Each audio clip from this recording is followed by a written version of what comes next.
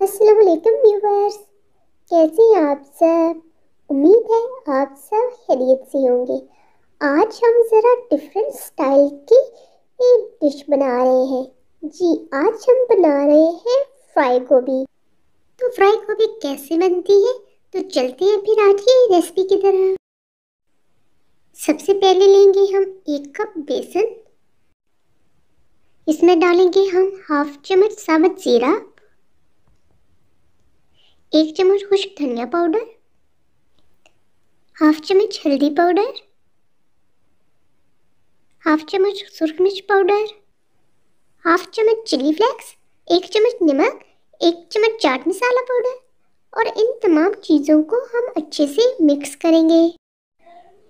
अच्छे से मिक्स करने के बाद अब हम इसमें आहिस्ता आहिस्ता थोड़ा थोड़ा करके पानी शामिल करेंगे और इसके मिक्स करते जाएंगे। पानी को हम थोड़ा थोड़ा करके शामिल करेंगे, एक बार ही सारा पानी नहीं डालेंगे वरना हमारा बैटर पतला हो जाएगा।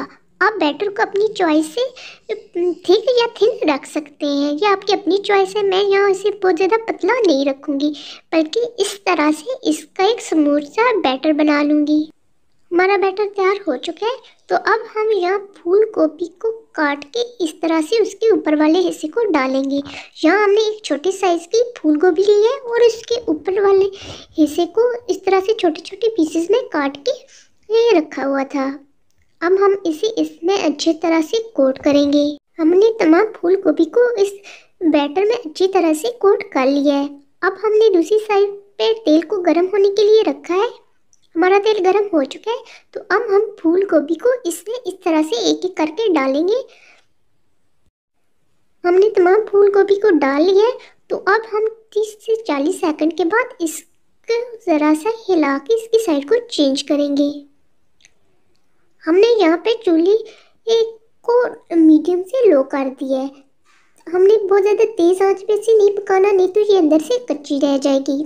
हम इसे मीडियम से थोड़ा सा कम लो आंच पे पकाएंगे ताकि ये अंदर तक सही से पक जाए और सही से क्रिस्पी हो जाए।